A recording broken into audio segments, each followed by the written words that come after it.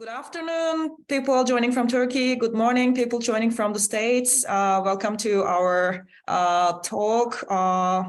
We're happy to host Associate Professor Ketty Nez from Boston University today. Let me quickly introduce her to you. Ketty Nez joined the Boston University School of Music in 2005. During 2021, as a Fulbright scholar, Ketty was a guest teacher at the Liszt Academy in Budapest. Her portrait CD, Listen to a Wonder Never Heard Before, was released in 2010. Her folk opera, The Fiddler and the Old Woman of Rumelia, was staged in 2012 by the Juventus New Music Ensemble. Her piano concerto Thresholds, performed with the Boston University Wind Ensemble, was released in 2013. This group also recorded 4 scenes for Juliet, released on CD in 2019. Most recently, Double Images, a CD of folk-based chamber music, was released in 2020. Today, Dr. Jennifer Bill on saxophone and Daniel Doña on viola will be accompanying her. So the floor is yours, Ketty. Thank you. Thank you so much, Nevin.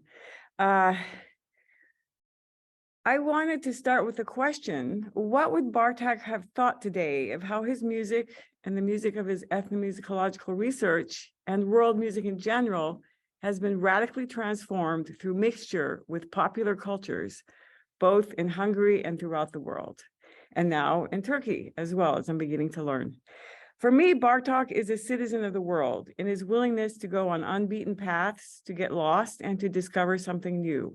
One can only imagine the enormous energy and passion involved in his decades of recording and transcribing music from various cultures, learning the different languages, navigating the unpredictable and considerable challenges of fieldwork, and sustaining tremendous energy into finding publishers to give voice to his brilliant conceptions, which he saw as his mission of preserving rapidly changing oral traditions.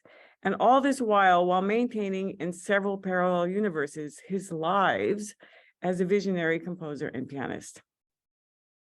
Let me introduce how I became interested in using Balkan and Central European folk sources. Of mixed Macedonian and Slovenian background, myself, for years I was hesitant to approach the music of my own heritage. Was it too familiar, too special? After all, I had been conservatory trained in Western classical music, and by the 90s, I'm dating myself, viewed myself as a young composer with much to catch up on, exploring all facets of new music I could find, including complexity and algorithms. At that time, that was very hip. My graduate training as a composer was mainly oriented towards European developments. To jump ahead, as a faculty at BU in 2008, I randomly, and this is really randomly, came across Bartók's Yugoslav folk music book on the library shelf in our big library at the university. I felt a strange shock. The combination of the word Yugoslavia, something my parents would often say out of nostalgia, as this was where they had met and where I was soon after born, and something written by Bartók, whose ethnographic research I had only heard about. Well, I simply could not ignore this moment. The genesis of Yugoslav folk music as a publication is interesting to explore, as it helped launch Bartók's last years in America.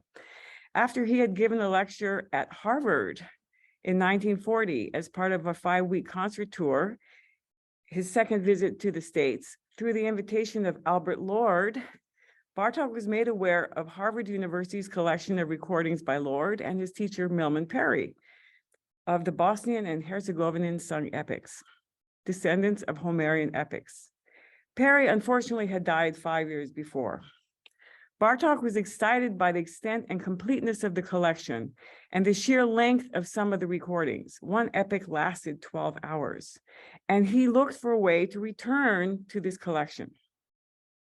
The technological wizardry of Perry's recordings were due to the fact that, for the second of their 2 trips, they had brought a special system of twin turntables using 12-inch aluminum discs, custom made by the Sound Specialties Company in Waterbury, Connecticut.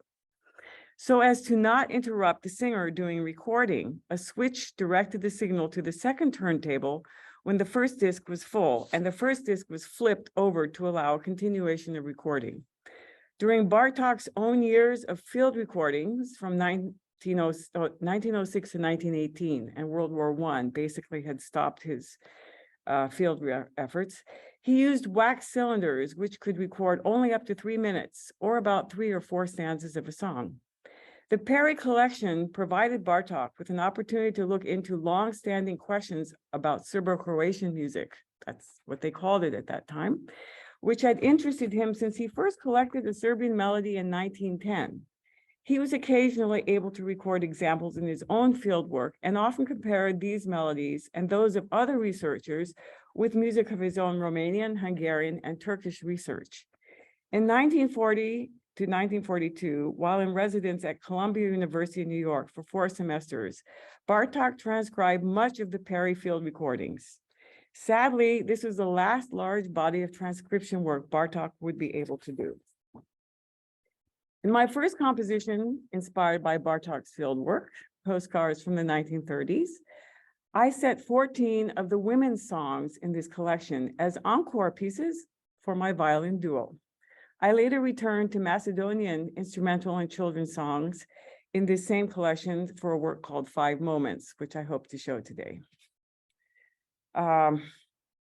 In subsequent works, I explore different ways to use folk gestures, splitting them into fragments, mixing them with other sources, and combining them with abstract textures to give an idea of the variety of my own compositional treatments, as well as Bartók's wide geographical range of research. I'll also discuss examples from The Moon Returns, which uses Anatolian tunes he collected in a 10-day trip in 1936 to Ankara, your city, and my most recent work, composed last summer and to be premiered today with my colleagues from schools, Jennifer Bill, saxophone, and Daniel Doña, violist, 5 fragments in 3, which use Romanian violin and flute tunes. So I'd like to jump in, share the screen, and get to the postcards.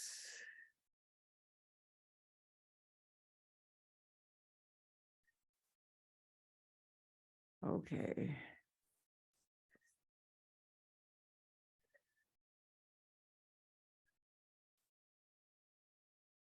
Okay, how's this? Are you seeing the screen? Yeah, actually I realized I forgot the sharing the music. Most important. Let's try that again.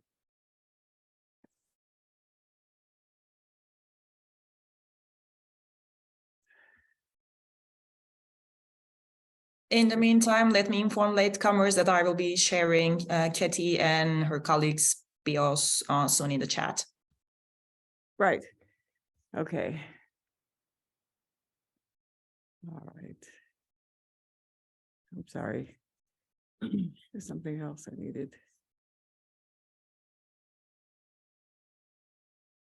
Okay, here we go.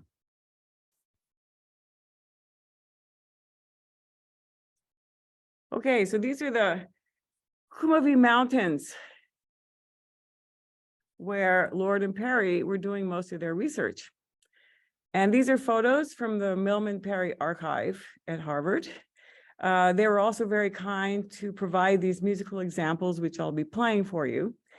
It's very interesting because I found the musical examples only about a year or so after setting the melodies themselves, because I saw the music that Bartók had transcribed. And I thought, what do the original melodies sound like? So as a quick example, here's some of the field work. Here's a microphone, people sitting around. Here are some of the old guslar players who sung the epics, some of which lasted 12 hours. This is probably a famous photo that you know. That's the old gusla instrument we can see here. Okay. And this guy was especially famous. He was the rock star of their collection, Medjovic, finest singer, his poems reaching as many as 15,000 lines. My goodness. Okay, so this is what some of the transcriptions look like.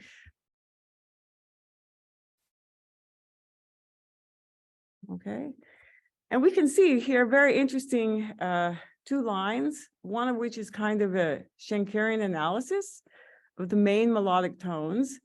Bartók was very impressed by the richness of the ornamentation. A lot of this material was from Bosnia with Turkish influence.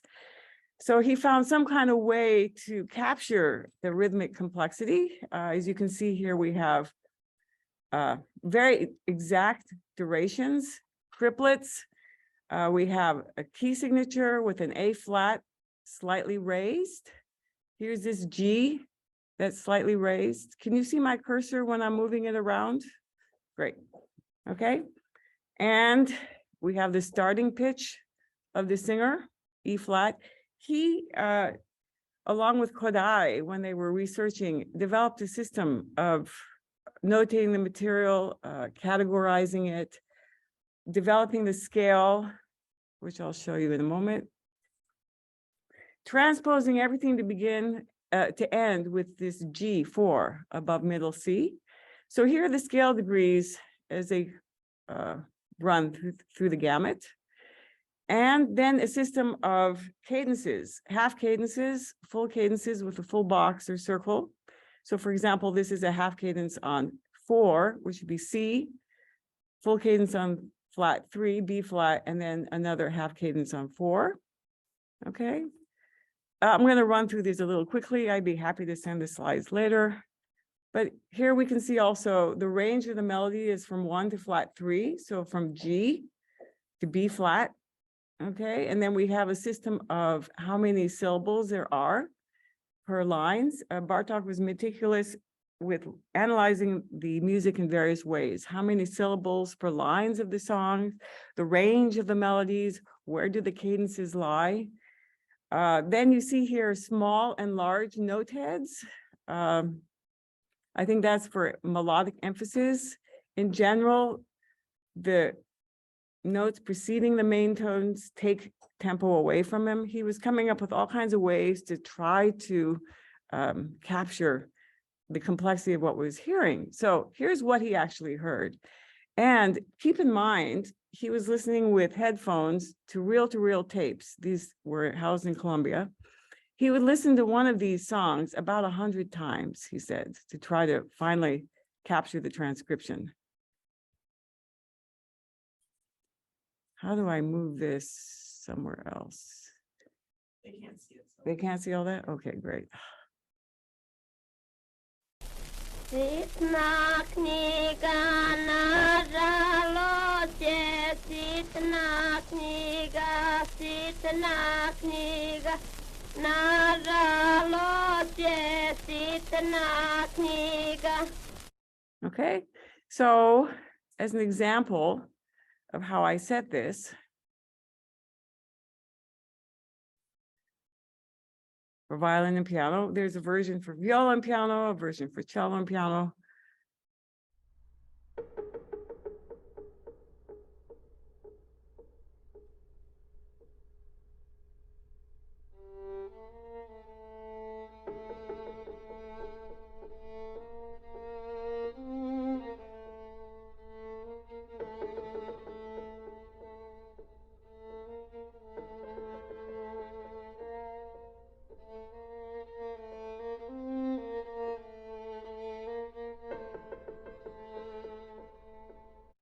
Okay, I had some fun with inside the piano effects there. Another member of this collection, which was really very special, there's a story behind this, is something from the Dalmatian coast, which is a little bit of an offset. This was actually not part of the original collection, but I found it interesting. He included it, and so I'm kind of a voracious reader and listener. I mean, you know, whatever I found that interests my mind, I'll try to use in some ways. So this is for 2 sopols who end up singing afterwards. And you notice that they actually reverse the parts. So here's sopol number 1 starting on F. And by the time the singing starts, the second performer is singing it. And I had found this through kind of a, what's it called? Golden goose hunt at the Indiana University libraries. And this was because George Herzog, a good friend of Bartók who came to America and established these archives in Indiana, had this recording and had given it to Bartók, and it really struck Bartók. And it turned out Bartók thought in his own compositions, he had come up with this kind of new chromaticism where you'd have a little fragment or a gesture of a few notes in the chromatic version, and then it would be spread out into a diatonic version. He talked about this in his Harvard lectures. But when he heard these recordings, he realized he actually didn't invent this. So that's interesting. Here it is. Oh.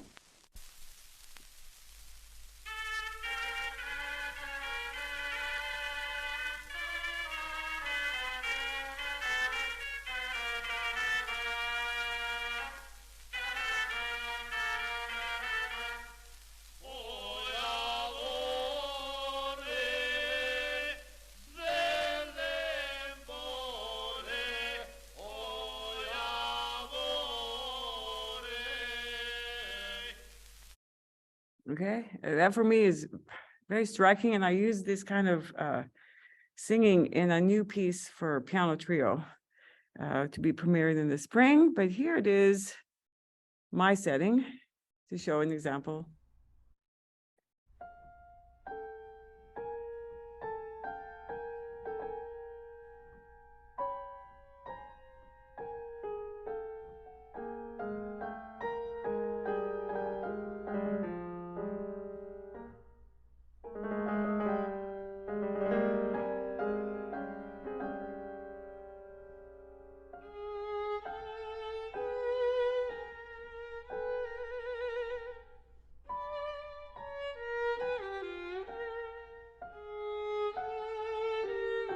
Okay, just a little touch.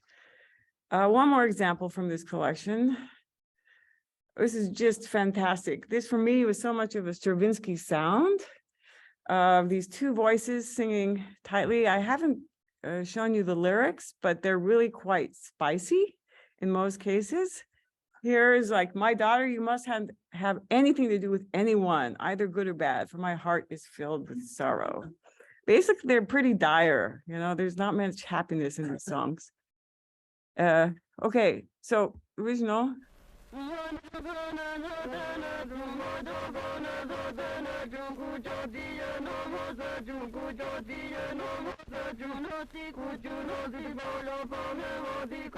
Okay, and the way I've set them.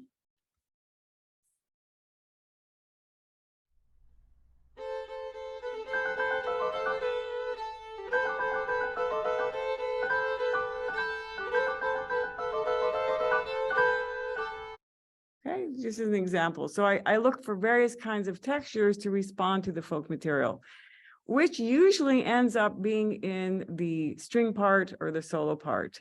Somehow, for me, the piano is like the abstract 20th century response. I'm a pianist myself, so I tend to think that way. And then I try to set the folk material like an amber, not touching it too much, not breaking it up. That has changed in my music, I think you'll see today, because I've been setting this material for over 10 years now.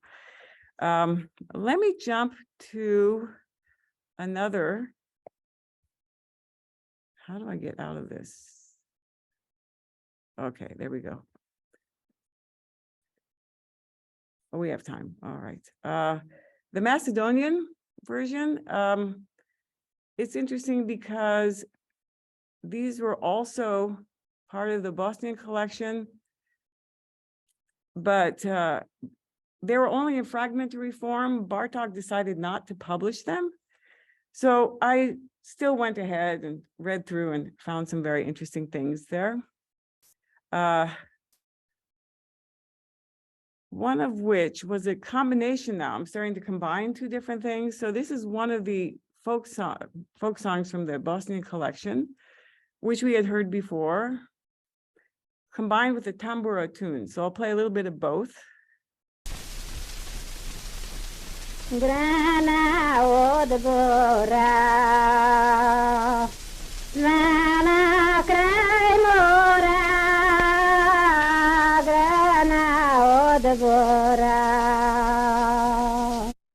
Okay, And the tambura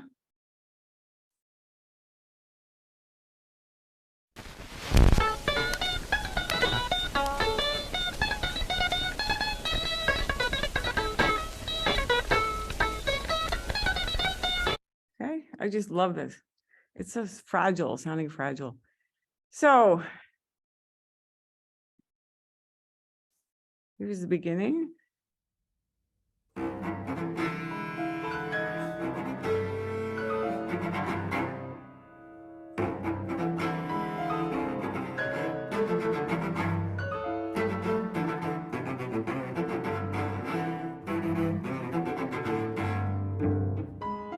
Okay, so the piano has bell tones. One of the things we do very well. And here's the first one.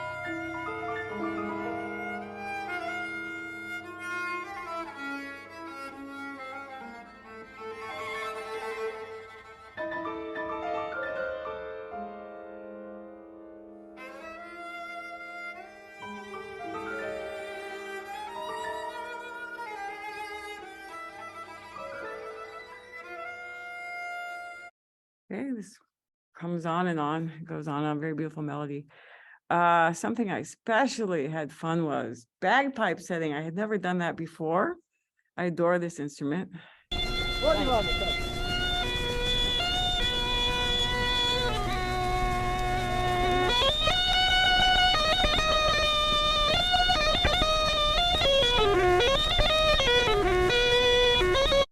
Okay. And so I detuned one of the notes to act as a drone. In the cello, I also have a version for viola, which Daniel here also helped to premiere the viola version recently.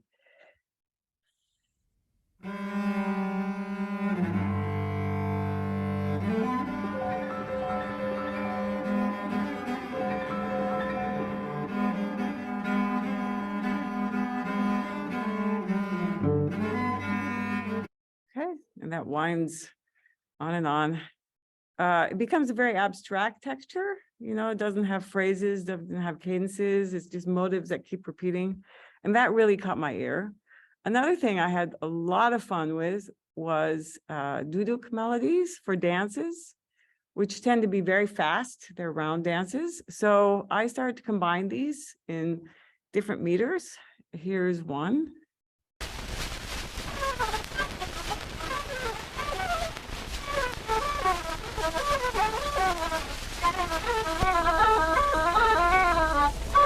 Okay, and I'm using that here.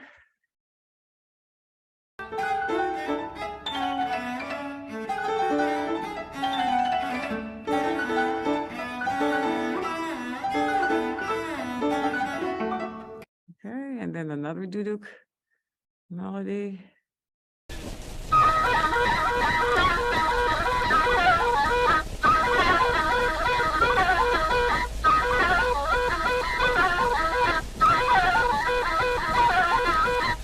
Amazing. He's his own percussion instrument as well. So I hear in the cello part.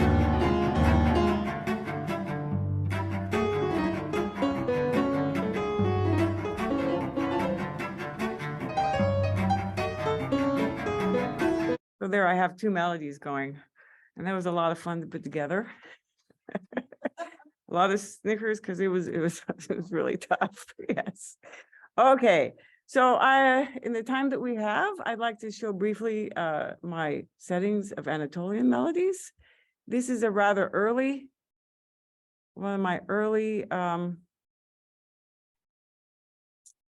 settings. I revisited it after a number of years when a Hungarian flutist, Gergely Ices, came to our school as a Fulbright scholar, and he's an absolute wizard with double stops and extended techniques. So then I added all kinds of extended techniques to the original.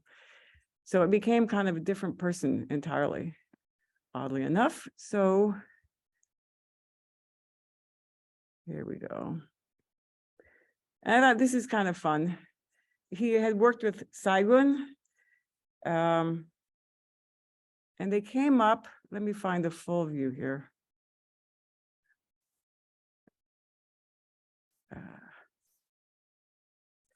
they came up with some words that were the same in both Turkish and Hungarian. I have no idea what they would sound like in Turkish, or Hungarian. We have a friend here. In the cotton field are much barley and many apples, camels, tents, axes, boots, and the young goats. So that was to kind of break the ice in field research, because the participants feel nervous. Here's this person, this city dweller with a hat and a coat coming in, and they're actually shepherds. And he said, Saygun would explain that Bartók was a Hungarian who were really Turks who had settled somewhere else, but had always spoken Turkish. And because of centuries had developed a different accent. And I thought that was kind of a clever way of getting around the difference.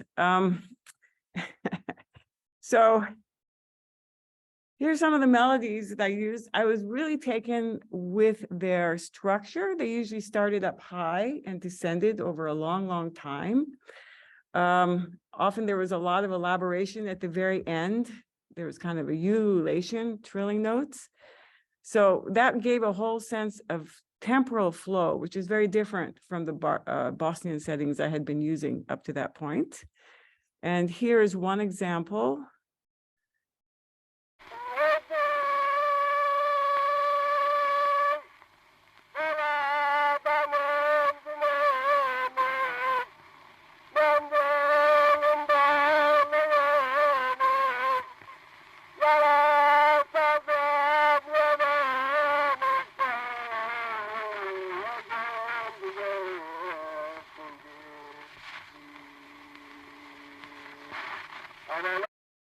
So beautiful. So here you see it in the flute part, and with Itze's style. I have also a drum pattern in the piano part, which comes from this.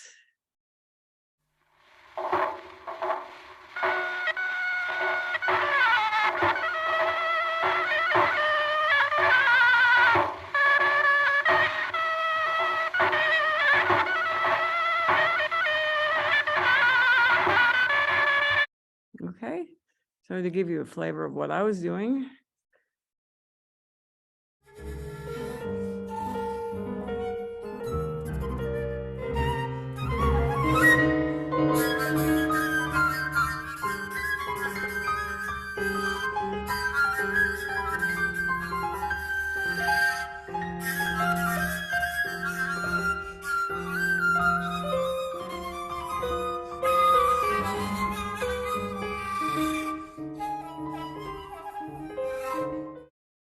Yeah, I think I was combining two sources there. One in the right hand of the piano, the dance that I had showed, and then the previous melody in the flute as well.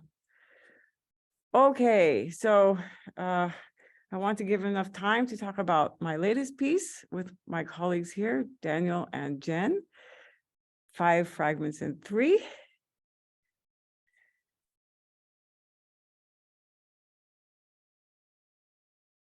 Yeah, okay. So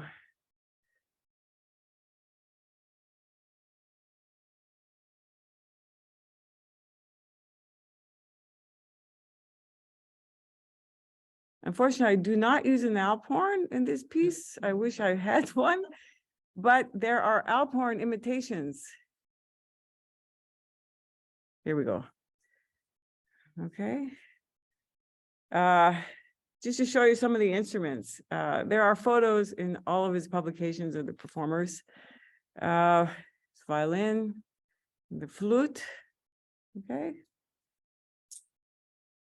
So what I'd like to do is play the tunes, and then we'll play a little excerpt from each movement so you can hear how I'm setting them, and then we'll play the whole thing.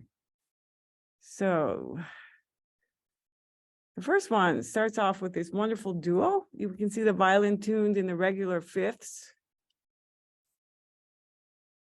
Okay, and the second violin, very interesting tuning. These 3 strings, G, D, A, to allow for chords. And Bartók explains that these violins had very flat bridges, so allowed triple stops to be played, because ordinary string instruments, the bridge is curved and you can play at most 2 notes at once.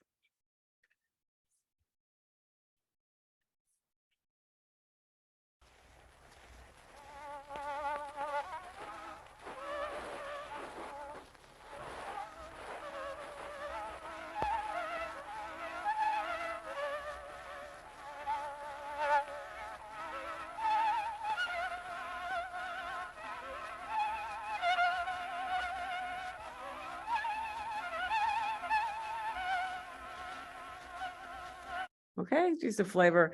I found very interesting because now that it's harmonized, we had things like F major against A major, chromatic medians, which, wow, that's really interesting. It's kind of a 19th century throwback all of a sudden. So here is an example, and I'll play along with them. Oh, yes, yes.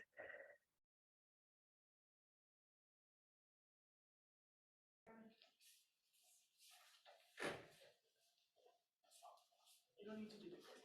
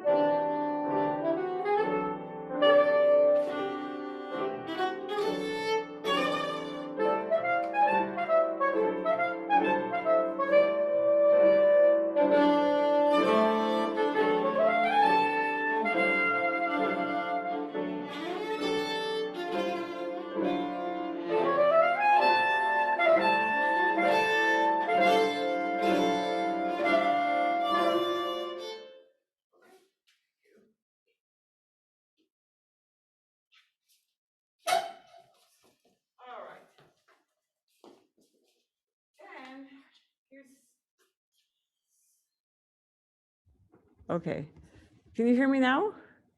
Yeah, okay. Song of a shepherd who has lost his sheep.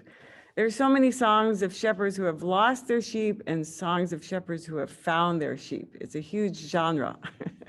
And this is an Alphorn imitation. And in fact, all these depictions of kind of life among the shepherds, among the people, among the peasants and farmers inspired me to write a whole opera using their stories and these tunes. So yeah, I did have a shepherd who was looking for his sheep the whole time. And in the meantime, he ended up finding a bear. So it got very exciting.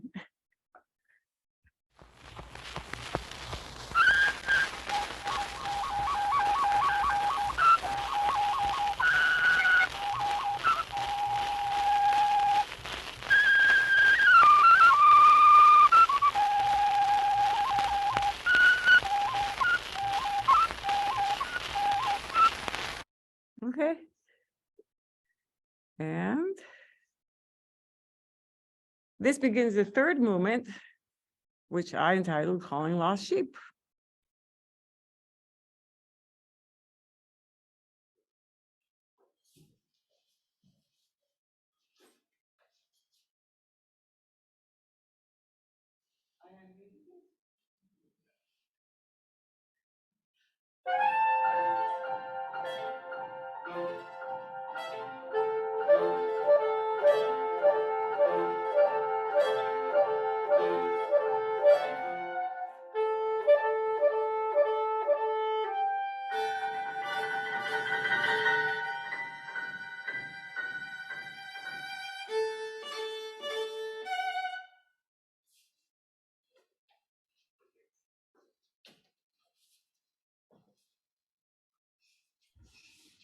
So I do a lot of calling back and forth between the sax and viola. You can see the word clarinet because this, along every piece of mine, has a long history. It started off as a solo saxophone and piano piece.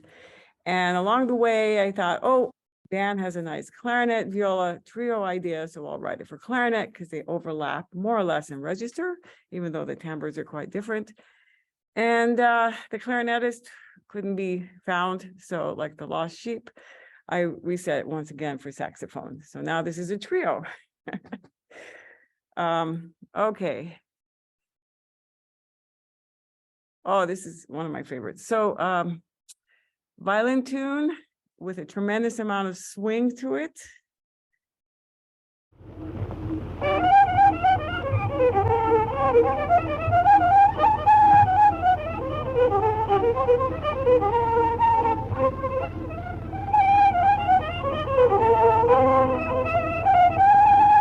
Okay, and I'll ask my two colleagues, this is the beginning of a movement called dance steps.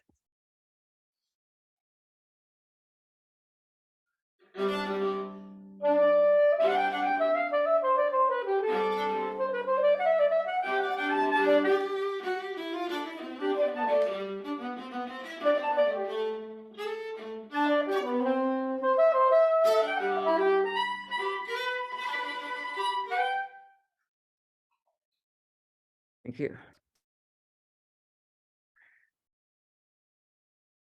Okay, so one of the melodies is for the deer.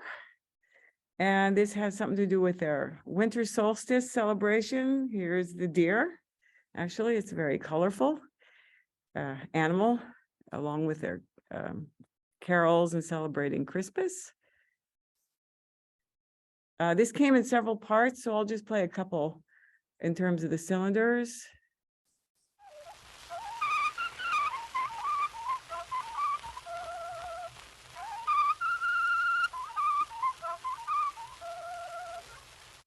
Okay. What's interesting is these can be found on the Museum of Ethnography website. Here are the transcriptions. Very beautifully done. So you can, thousands of these have been digitized and are available now for the audience to look at, along with information about the performers and then the recordings as well.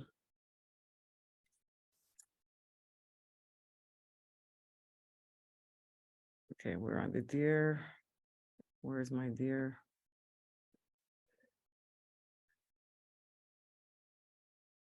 The deer left. Sorry, okay.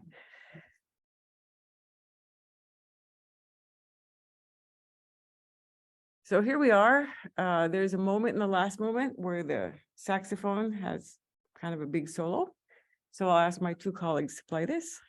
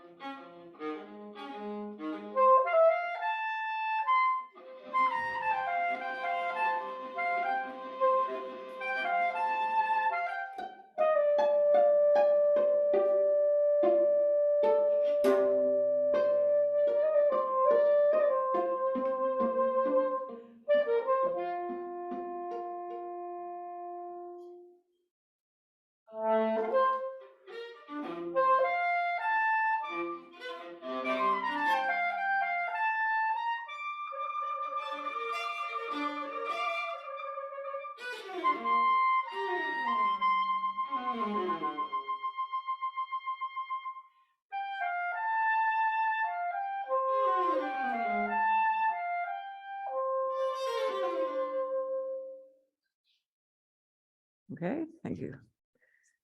Okay, so there are 5 pieces, and the first one has nothing to do with folk sources, but it's an introduction, and somehow I had the image of raindrops combined with calling lost sheep, dancing, a little bit of an organum for a church, and then the horn call with the alp horn. So it becomes, for me, very visual, actually, this composing process. So I'll thank you and for the talk, and we'll now move on to the performance. After that, I'd love to field any questions people have.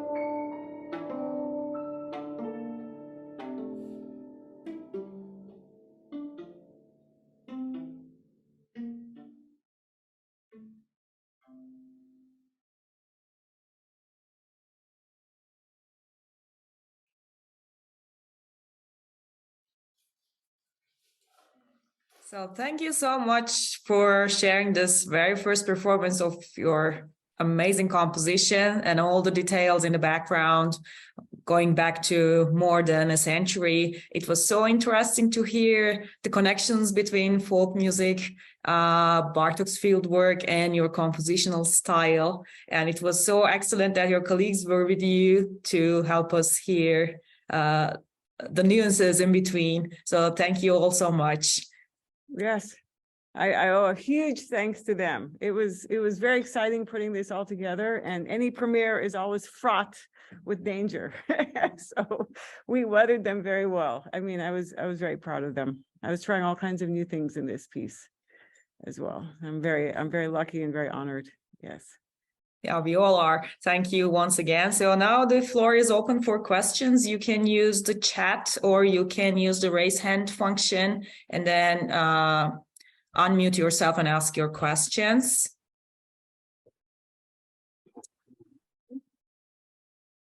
So there's a question from Cenk, I guess. Hi, Ketty. Thank you for the presentation. I really enjoyed the first examples. They were really blended in a natural way, these ethnic elements and your music. I really enjoyed the first examples, especially.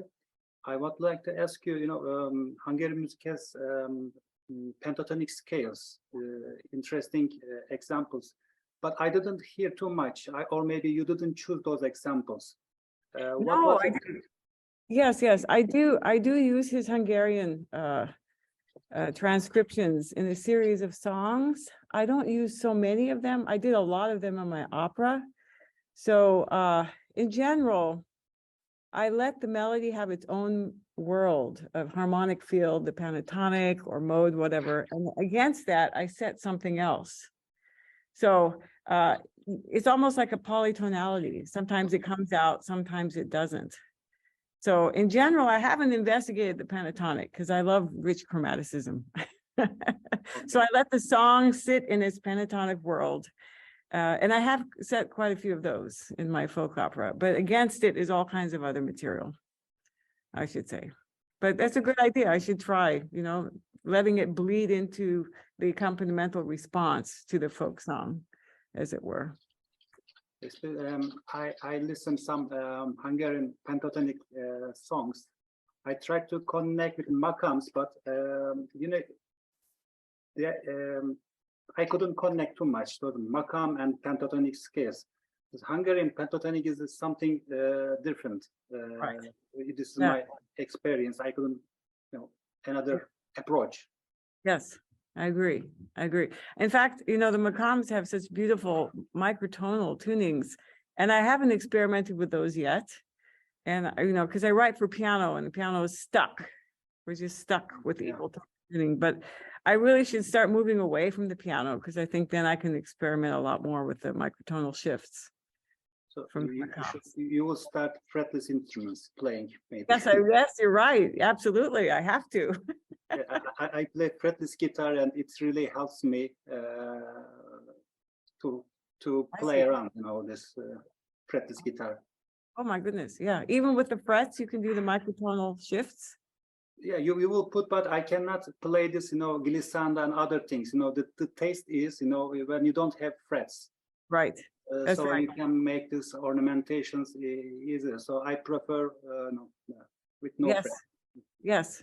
I see. How interesting. Oh, good idea.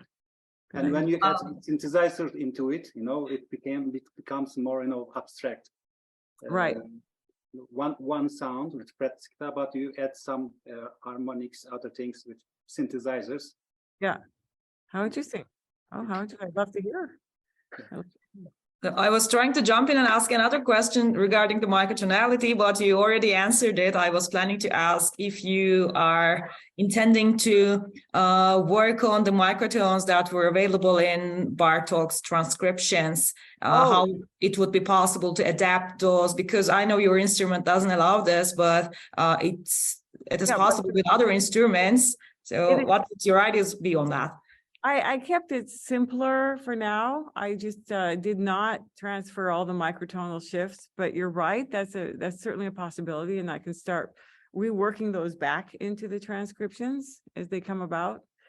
I didn't think about it too much. I mean, I know microtonality is a huge world of research now, and I'm not involved enough, I have to say. So one way of starting it is, you know, seeing what Bartók did and try to preserve those in some ways.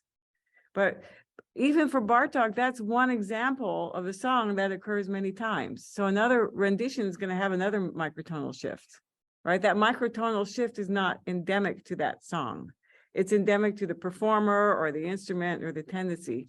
So in a way, it might be, it's like capturing one particular performance or recording with that microtonal shift. But I have to try, you know, now I'm curious.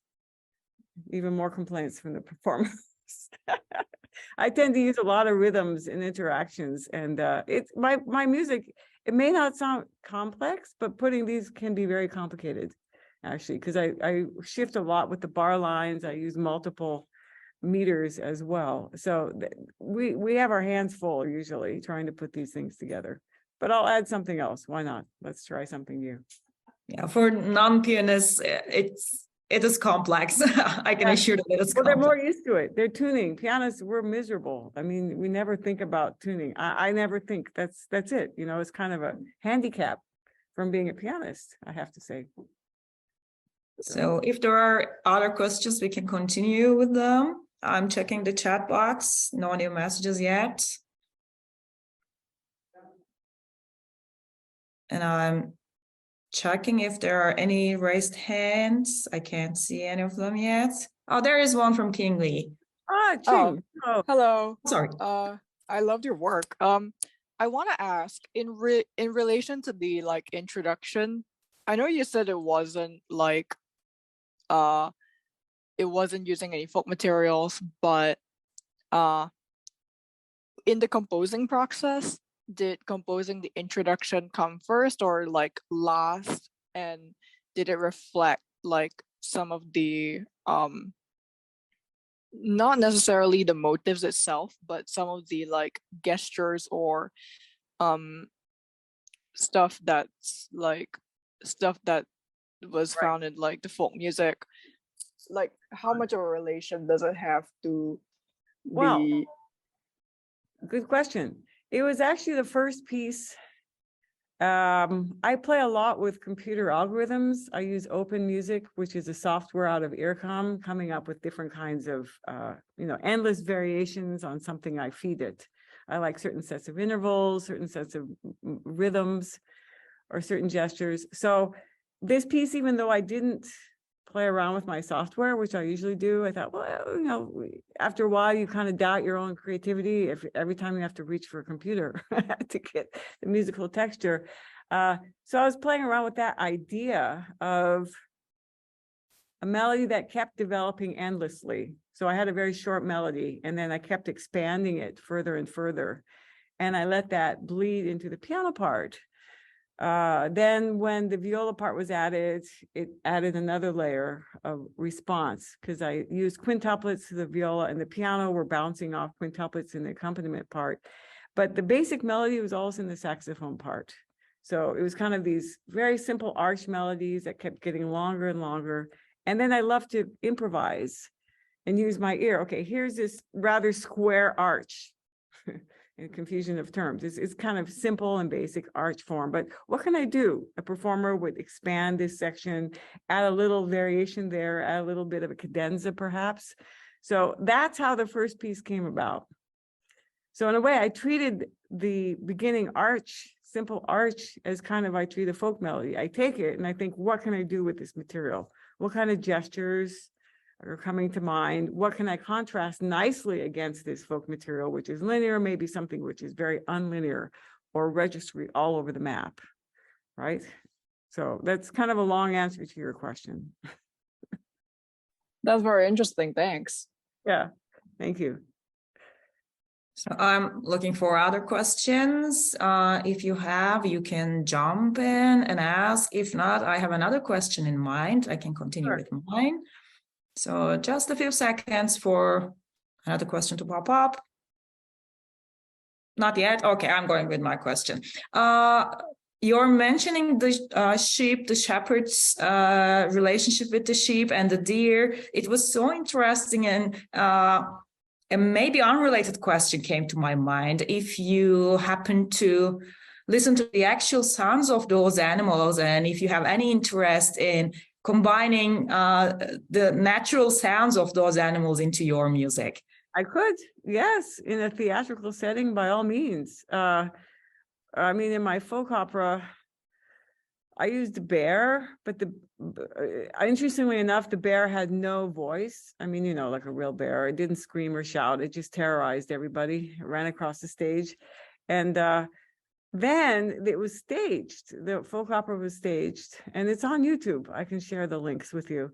And the second production, the director made the bear kind of a music theater piece. So it went out with a tutu, and it started to dance, and it started to speak in sign language to other, you know, the other members. There was basically a young shepherd boy, a young girl, an old haiduk who was like a freedom fighter, and an old Roma woman who had a lot of histories and read tarot cards and fortunes. So this bear became kind of an intrinsic part, but silent, kind of like one of the Marx brothers who never talked, you know, it became very interesting. And I had no clue. So they really made something very different from this. So yeah, I guess back to that, it would be in a theater setting that I'll start using kind of natural sounds and combining with the two. But then that takes you immediately back to a certain time and place. Right. So that really really locates the piece. It's not abstract anymore. It's at this time and place. But it's a great idea for a theater work.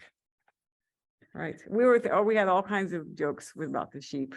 You know, we're going to have sheep floating across the stage or with a little fan, you know, because the shepherd's always looking for sheeps. As it was, Jen had this wonderful dog, Trista, that came along to every rehearsal. So we had actually an animal at every rehearsal. And I don't know how much the dog enjoyed the music, but she was very patient. She didn't bark. So thank you for the interesting answer. If you happen to produce some animated music, let's say, we would love to enjoy that. And please share the YouTube video in the chat so that we can watch it after the talk. Oh, yeah, for the fiddler? Sure. Okay, thank you. And I'm checking for other questions. Yeah, while you're doing that, I'll share a screen. Okay, that's great.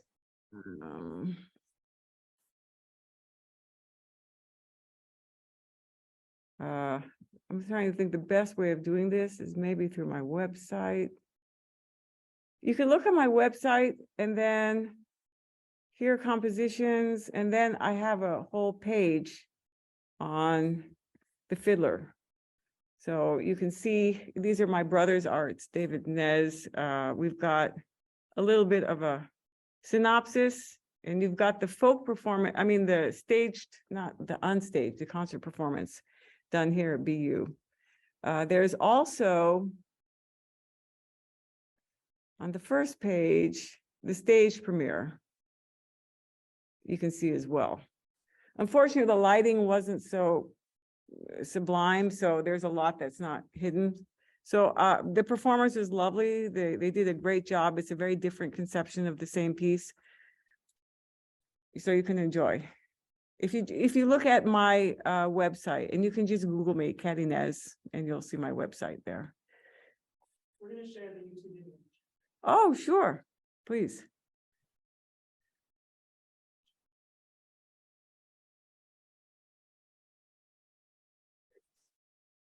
Yep, we have the link in the chat. Thank you. And, you know, if I can talk about the opera a little bit, true to form, this was kind of a little band of musicians, the migrants. So I only had 5 people to work with. You know, it's the Pierrot ensemble, flute, clarinet, violin, cello, piano, and percussion. And I was very lucky. They were very game.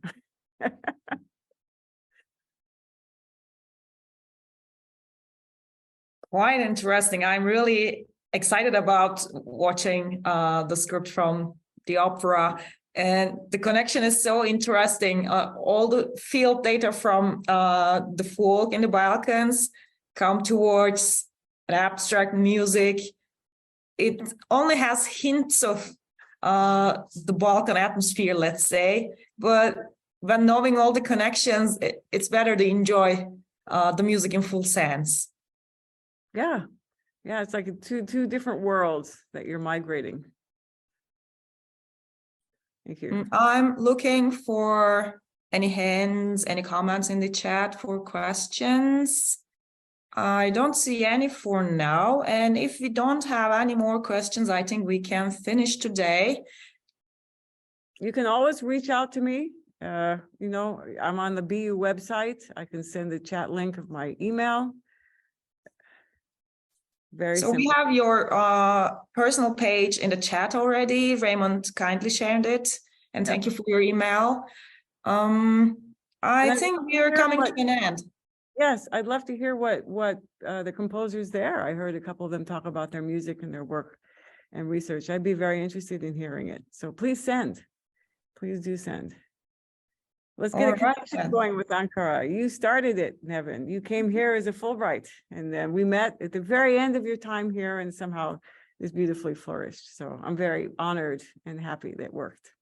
Yeah, I'm really glad to have managed to meet you when I was there, and I hope we can have another opportunity so that we can have you here in Ankara, or maybe we can meet all together somewhere in Budapest for working more on the Bartók archives. It would be really amazing.